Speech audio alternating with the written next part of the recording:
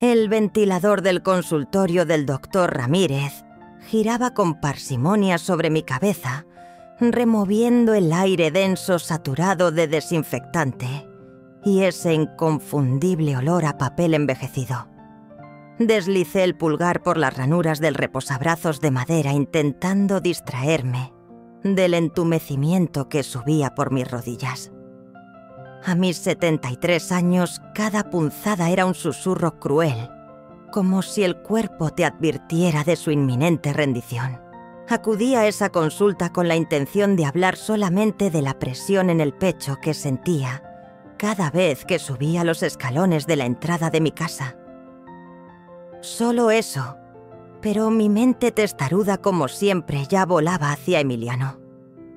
Me preguntaba dónde estaría, si todavía se acordaría de llamarme los domingos, como solía hacer cuando Esteban seguía entre nosotros. Entonces la enfermera salió y pronunció mi nombre con ese tono desenfadado, completamente ajeno a lo que uno arrastraba por dentro. Comencé a incorporarme justo cuando el móvil vibró suavemente en mi mano. El nombre de Emiliano iluminó la pantalla y por un instante efímero sentí un calor familiar, como si el universo hubiese tenido la decencia de darme una tregua. Pulsé el botón verde y llevé el teléfono al oído. Emiliano, pero su voz sonó tan lejana, tan apagada que me costó reconocerla. Mamá, mañana nos vamos de viaje. Tuve que tragar saliva antes de responder. ¿A dónde? A Europa. Necesitábamos un cambio. Intenté visualizarlo, ese niño que una vez fue el mismo que en los viajes por carretera pateaba el respaldo de los asientos sin parar. Me aferré a esa imagen. No entiendo, murmuré confusa. Vendimos la casa de la sierra y tu coche soltó como quien habla del tiempo. El dinero está disponible desde esta mañana.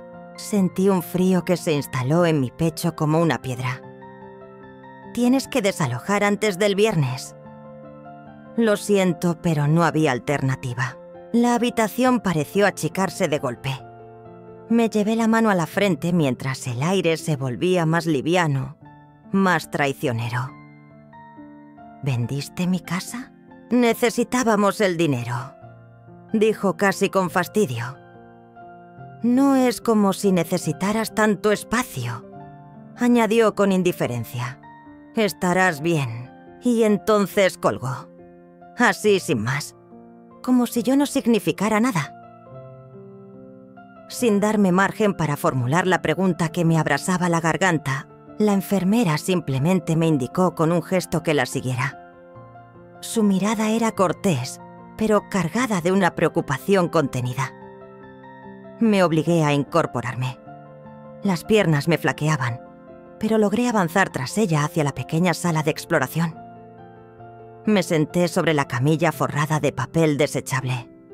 El crujido que produjo al sostener mi cuerpo me pareció estruendoso. Me concentré en recordar cómo se respiraba. El doctor Ramírez entró con una sonrisa profesional que se desvaneció al instante al ver mi expresión. ¿Se encuentra bien, señora Salazar?, preguntó con tono suave. Asentí sin pensar, aunque mis manos temblaban sobre mi falda. Las palabras que necesitaba pronunciar eran tan grandes, tan densas, que parecían atragantarse en mi pecho. Cuando terminó de auscultarme y aseguró que mi corazón sonaba fuerte, yo ya había tomado una decisión firme: conduciría directamente a la oficina de Mauricio. El trayecto de vuelta hacia la casa en la sierra me resultó eterno. Cada curva del camino parecía arrancar trozos de mi templanza, estirándola hasta casi romperla. A ambos lados los álamos desprendían sus últimas hojas doradas. Me pregunté con una tristeza absurda si ellos también sentían sus finales con tanta consciencia como yo sentía el mío. Apreté el volante con fuerza al recordar la voz de Emiliano, tan carente de afecto, tan hueca, que rozaba lo robótico. Me vino a la memoria cuando era un niño y apoyaba su pequeña mano sobre mi pecho, preguntándome si ese latido estaría allí siempre. Le decía que sí, porque ¿qué madre puede decirle a su hijo que un día todo podría desaparecer?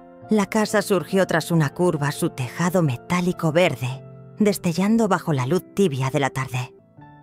Mi refugio, mi bastión.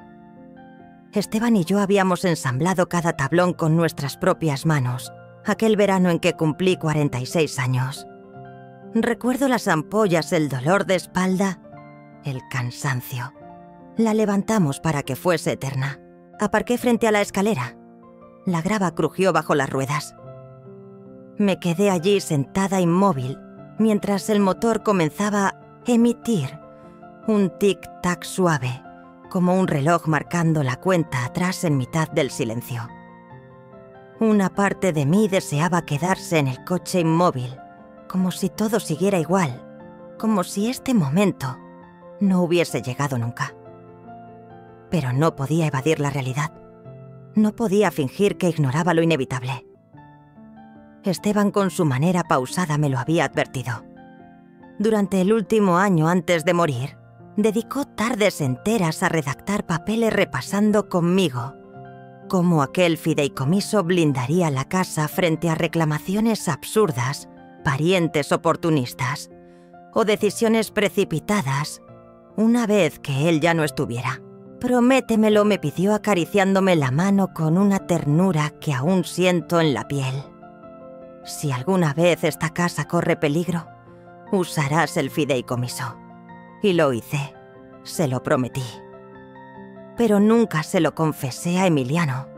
No tuve el valor de mirarle a los ojos y decirle que no sería el heredero directo, que nunca podría poner la casa como garantía de un préstamo o venderla por un capricho de juventud. Quise creer que si le daba suficiente amor, nunca se vería arrinconado al punto de traspasar esa línea. Que si yo era firme y generosa, él no se sentiría con derecho a apropiarse de lo que nunca construyó. Apagué el contacto y salí del coche dejando que el aire del otoño me despejara. Al subir los escalones, un crujido me recordó el desgaste de mis rodillas. Dentro, el aroma familiar de cedro y café recién molido me envolvió como si la casa se resistiera a admitir que algo había cambiado. Pero yo lo sabía, ya no era la misma mujer que había cruzado ese umbral la mañana anterior. Dejé el bolso sobre la mesa y abrí el armario, donde Esteban guardaba los documentos importantes. Allí estaba la carpeta con su letra meticulosa en la portada. Tenía que asegurarme de que el fideicomiso seguía en pie intacto antes de dar un paso más. La oficina de Mauricio Torres conservaba esa solemnidad silenciosa, casi anacrónica, propia de los lugares donde uno quiere creer que nunca ocurre nada malo. Lo elegimos como abogado hace casi 3 décadas por recomendación de Esteban, que siempre juró que era alguien íntegro. Y durante todos estos años, nunca tuve razones para pensar lo contrario. Sin embargo, al colocar la carpeta sobre su escritorio, no pude evitar que mis manos temblasen. Él me observó por encima de sus gafas de lectura y abrió el dossier con esa parsimonia suya que siempre me transmitía seguridad. «Te llamó Emiliano», dijo más como quien constata algo que como quien pregunta. Asentí, notando cómo la garganta se me cerraba. Mauricio comenzó a revisar los papeles del fideicomiso, pasando una a una las hojas que crujían con un susurro que me pareció amenazante. Se detuvo un momento entornando los ojos para fijarse bien en la firma de Esteban, luego en la mía. «Este fideicomiso», murmuró tras una pausa, «sigue estando plenamente vigente. Tú continúas siendo la única beneficiaria y fiduciaria. Nada ha cambiado en eso». Respiré hondo, sintiendo un pequeño alivio, pero apenas me duró unos segundos. «Entonces, ¿cómo es posible que vendiera la casa?». Mauricio frunció los labios. «No puede hacerlo legalmente. Lo que probablemente ha hecho es registrar un contrato de compraventa en el registro de la propiedad, haciéndose pasar por el titular. Eso crea una transacción en suspenso que, si no se impugna, puede seguir adelante. O bien ha falsificado tu consentimiento, o ha asegurado que le diste un poder notarial. Sentí cómo el calor me subía por el cuello abrasándome. No firmé nada, y desde luego no le di ningún poder. Entonces es un acto fraudulento, afirmó con la serenidad de quien conoce el terreno que pisa, lo cual significa que podemos solicitar una orden judicial para frenar la operación. Desvié la mirada hacia la ventana. Las últimas hojas del arce estaban pegadas al cristal, como si se resistieran a caer. Tan delicadas, tan vulnerables. Mauricio, susurré. Me dijo que tengo hasta el viernes para abandonar la casa. Él asintió con gravedad. Ese plazo encaja. Altos de la Sierra. ¿Verdad? Asentí. Esa inmobiliaria es conocida por actuar con rapidez en cuanto firma un acuerdo. Muy agresivos. Prepararé la solicitud judicial hoy mismo, pero necesito que comprendas las implicaciones. Hizo una pausa midiendo sus palabras. Luego me miró con esa misma expresión grave pero cálida que me ofreció el día del entierro de Esteban.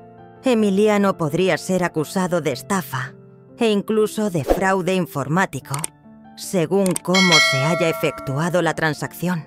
Una punzada seca me atravesó el estómago. La simple imagen de ver a mi único hijo con las muñecas esposadas me revolvía las entrañas. Pero más insoportable aún era resignarme a que se saliera con la suya. ¿Cómo podía permitir que destruyera todo lo que Esteban y yo levantamos con esfuerzo, con noches sin dormir y décadas de sacrificio? Traicionarme a mí misma, a nosotros, por miedo, sería aún más cruel que aquella llamada suya tan fría. Respiré hondo intentando que mi voz no temblase. Y... el coche sigue estando en régimen de leasing, ¿verdad? Él asintió con seriedad. Exacto. No tiene derecho legal a venderlo. Pero si lo ha entregado o ha recibido dinero por él, podrías tener que compensar a la empresa de leasing si quieres recuperarlo. Pasé los dedos por el borde desgastado de la carpeta de Esteban. Noté la hendidura de su caligrafía, aún palpable, como si su mano estuviera allí protegiéndome.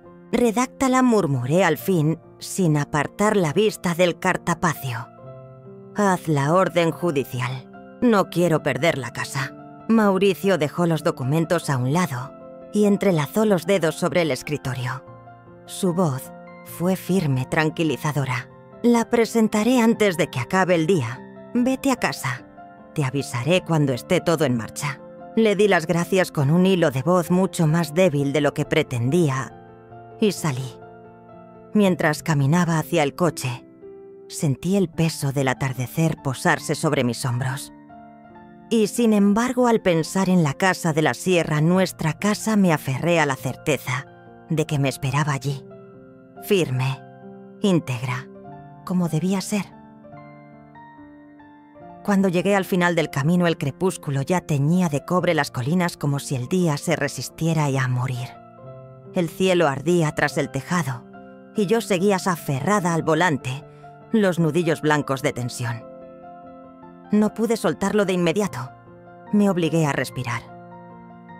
La luz del porche se encendió sola, automática, como si la casa, en un acto de compasión, intentara recordarme que seguía ahí, que aún me pertenecía. Dentro dejé el bolso sobre la encimera sin mirar y puse agua en la tetera, aunque ni siquiera tenía ganas de té. ¿Cuándo fue la última vez que de verdad quise una taza? Mi cabeza no paraba de dar vueltas, atrapada en un remolino de pensamientos que volvían siempre al mismo punto. Lo hizo. Él lo hizo. Mi hijo. El timbre del teléfono sonó antes de que la tetera empezara a silbar. Dudé un segundo con el impulso de dejarlo sonar, pero el hábito, ese maldito hábito, me hizo levantar el auricular. «Señora Salazar», dijo una voz seca sin preámbulos. «Le habla Clara Montes de Inmobiliaria Altos de la Sierra». Llamo para confirmar que el viernes por la mañana llegarán las mudanzas. Entendemos que puede ser un momento delicado, pero necesitamos que la vivienda esté completamente vacía. Noté cómo se me cerraba la garganta, como si alguien me apretara desde dentro. Estoy tramitando una orden judicial. Conseguí decir la voz áspera como si raspara al salir. Un silencio breve, apenas un parpadeo. Por supuesto, está en su derecho, respondió con una cortesía cortante.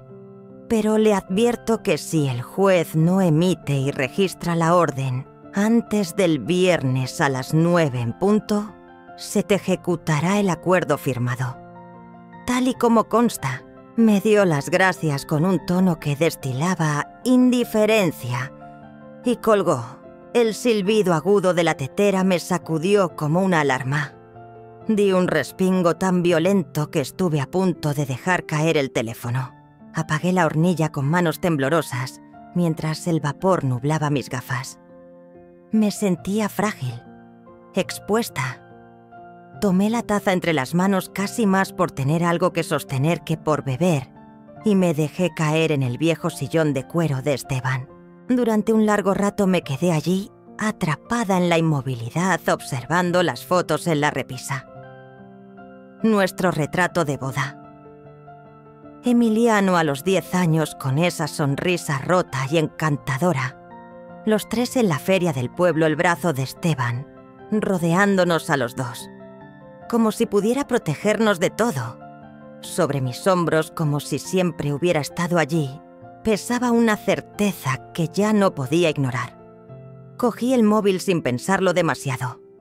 El dedo se me detuvo tembloroso sobre el nombre de Emiliano en el historial de llamadas. Debería haber estado furiosa, desgarrada por la traición. Pero en su lugar lo único que sentía era un cansancio amargo, una tristeza espesa que se me pegaba laseosa a los huesos. Cuando por fin pulsé el botón de llamada, apenas sonó 2 veces antes de que respondiera. Su voz llegó áspera, rota por algo más que el sueño. «¿Mamá?», dijo y yo hablé primero. «He hablado con el abogado», dije más serena de lo que esperaba. Incluso me sorprendí al oírme. «Dice que lo que hiciste se considera fraude». El silencio que siguió no fue solo incómodo, fue definitivo. «No quería que esto llegara tan lejos», murmuró por fin derrotado. «Solo necesitaba una salida. Podrías haberme pedido ayuda». Se le quebró el aliento. «Tú siempre tuviste el dinero de papá encerrado bajo llave». Cerré los ojos con fuerza. «Pensaste que si lo gestionabas tú mismo tal vez demostrarías algo», le dije con voz baja. «Tal vez», susurró. «Lo único que has demostrado es que no me respetas y que no confías en mí». «No espero que lo comprendas», contestó casi con rabia contenida. Y antes de que pudiera añadir una sola palabra más, colgó. Dejé el teléfono con suavidad sobre la mesa. Por dentro algo se endureció. Algo que hasta entonces había sido blando e indulgente. Una certeza helada se instaló dentro de mí, ya no podía seguir fingiendo. Cuando al fin me puse en pie, supe que debía prepararme. Para lo que viniera. Para lo inevitable. Me desperté antes del amanecer. No por el sueño, sino por el peso de lo que tenía que afrontar. Mi mente ya repasaba en bucle cada frase, cada palabra que tal vez tendría que decir. Afuera el patio aún estaba cubierto por una oscuridad densa, pero el aire tenía esa calma inquietante, esa tensión sorda que anuncia que algo va a romperse.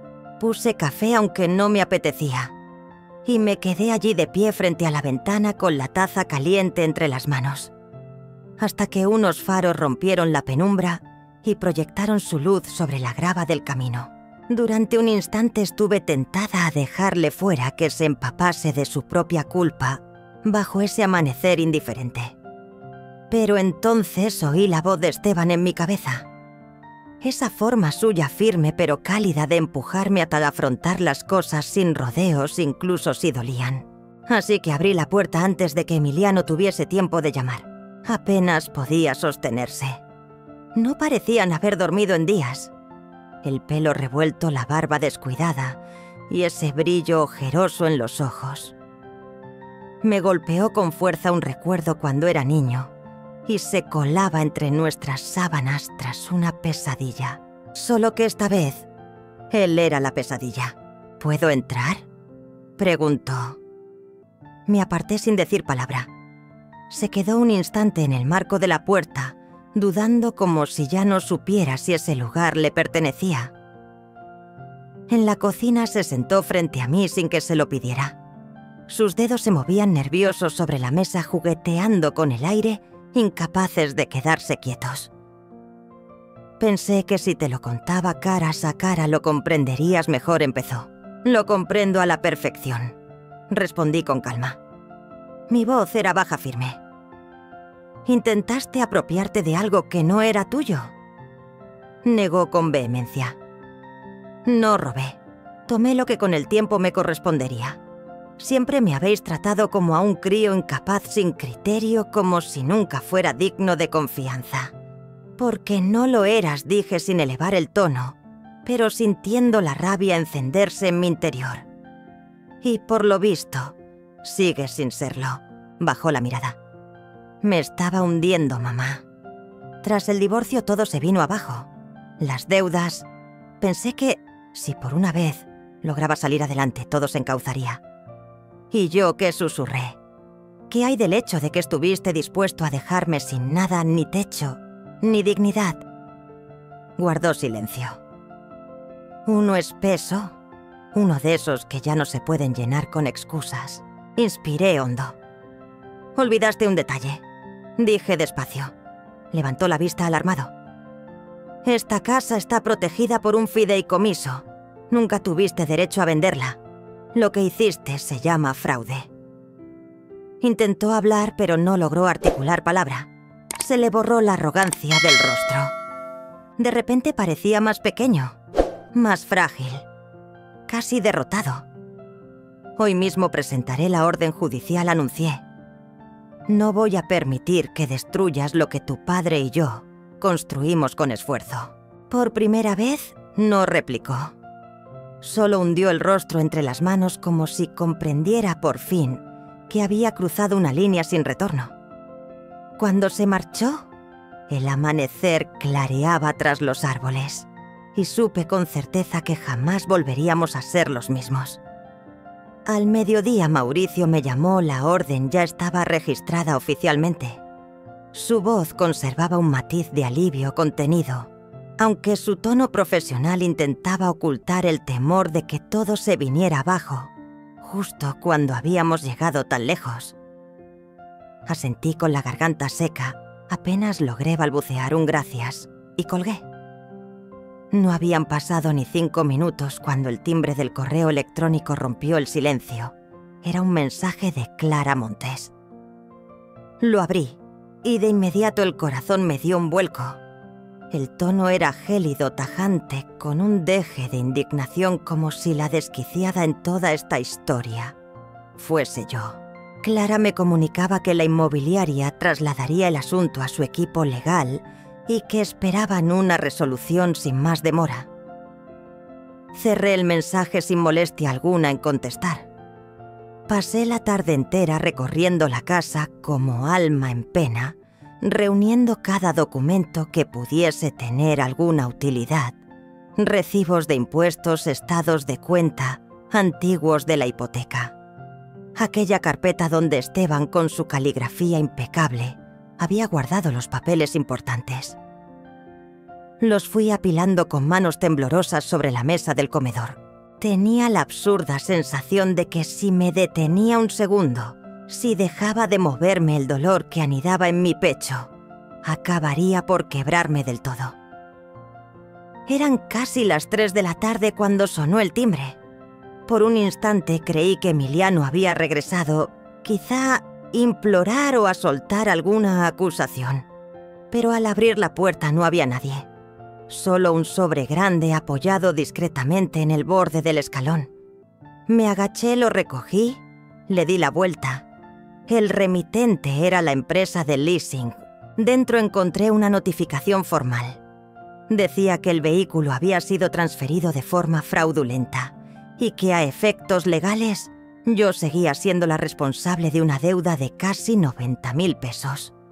La vista se me nubló mientras releía la segunda línea una y otra vez, como si la tinta pudiera disiparse con la insistencia de mis ojos. Apreté el papel contra el pecho y me quedé de pie en el umbral, sintiendo cómo el aire helado se filtraba así a través del suéter clavándose en los huesos. Al regresar al interior doblé el aviso con delicadeza y lo coloqué sobre la montaña de documentos. Me sentía vacía, no solo por el frío ni por el miedo, sino por la devastación de lo que estaba perdiendo. La casa, el coche, mi hijo, todo. El teléfono vibró suavemente. Un mensaje. No necesitaba mirar para saber quién era. Nunca quise hacerte daño, decía. Pero tú siempre escogiste a papá antes que a mí. Siempre fue más importante su casa. Leí el mensaje 2 veces. Cada palabra me atravesó como un cuchillo lento, afilado por años de silencios y renuncias.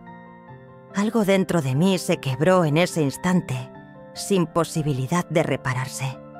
Recordé todas las madrugadas en vela preguntándome si había hecho lo suficiente para que se sintiera querido si acaso mi silencio había dejado vacíos que nunca supe llenar. Pero ya no se trataba de amor. Esto era otra cosa. Pulsé eliminar. Mi mano no tembló cuando dejé el móvil boca abajo sobre la mesa. Fue entonces, solo entonces, cuando mi memoria me devolvió la imagen de la caja fuerte, oculta en el armario del dormitorio. La misma que Esteban me entregó la semana antes de marcharse, con esa mirada firme, casi imperativa que usaba cuando necesitaba que yo fuera más fuerte de lo que me creía capaz. Me levanté. Crucé el pasillo sin prisa, cada paso una afirmación. Alcancé la estantería más alta y la bajé con cuidado. Me senté en la cama. La caja reposaba sobre el edredón, entre mis manos. El metal frío bajo mis dedos me hizo contener el aliento. La había tenido allí todo este tiempo, y sin embargo nunca me sentí preparada para abrirla. Hasta hoy. No hace falta que la abras enseguida, me había dicho. Pero cuando llegue el momento, lo sabrás. Y ese momento, sin ninguna duda, había llegado. Abrí el cierre con lentitud. Dentro solo había un sobre grueso de color crema con mi nombre escrito en su caligrafía inconfundible. Se me detuvo el corazón. Lo tomé entre las manos reconociendo el peso del papel, como si llevara dentro todo lo que nunca se dijo. Lo desdoblé con una mezcla de miedo y resolución. Mi queridísima Amalia, si estás leyendo esto, significa que al fin hiciste aquello por lo que tanto recé. Has dicho basta. Has decidido defenderte. Has marcado un límite que nadie, ni siquiera nuestro hijo, tenía derecho a sobrepasar. Ojalá pudiera estar ahí frente a ti solo para decirte lo profundamente orgulloso que me siento. Cómo apreté la mano contra la hoja como si pudiera atrapar en ella su voz. El calor me subió a los ojos y no supe si era rabia, tristeza o simplemente un amor que nunca dejó de doler.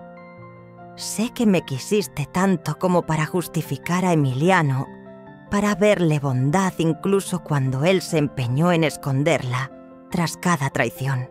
Pero lo cierto es que él no es débil. Nunca lo ha sido.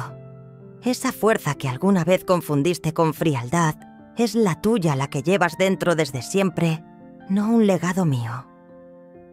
Me limpié una lágrima que resbaló hasta el labio, salada y antigua como una herida mal cerrada, y seguí leyendo.